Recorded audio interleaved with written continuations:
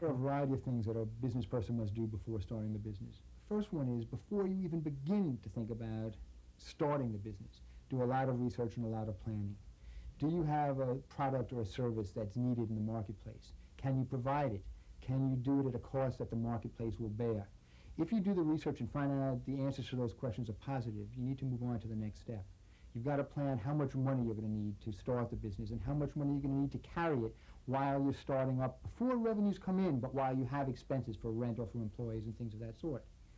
Then you've got to make sure of what the legal requirements are. Do you need a special license? Should you incorporate? Do you have to get agreements with various organizations or people before you can begin this business?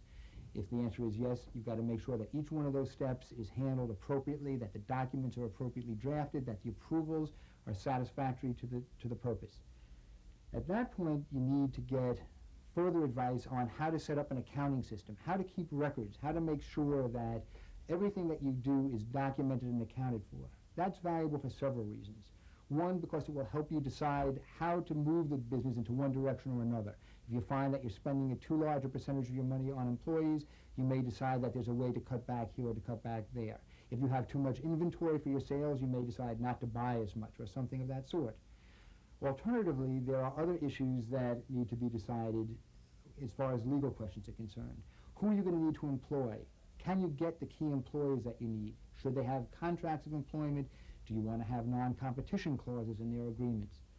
These are the kinds of things that an employer or an entrepreneur who wants to start a business needs to be aware of and needs to take care of before beginning to get into business. Other questions such as where to locate, what kind of lease you need, and things of that sort also have to be addressed. In many cases, this will be addressed with a business advisor or a lawyer giving advice to the entrepreneur. These kinds of questions are critical to make sure that you at least start off with a possibility of success. If these steps are not taken, the risk of going under increases significantly.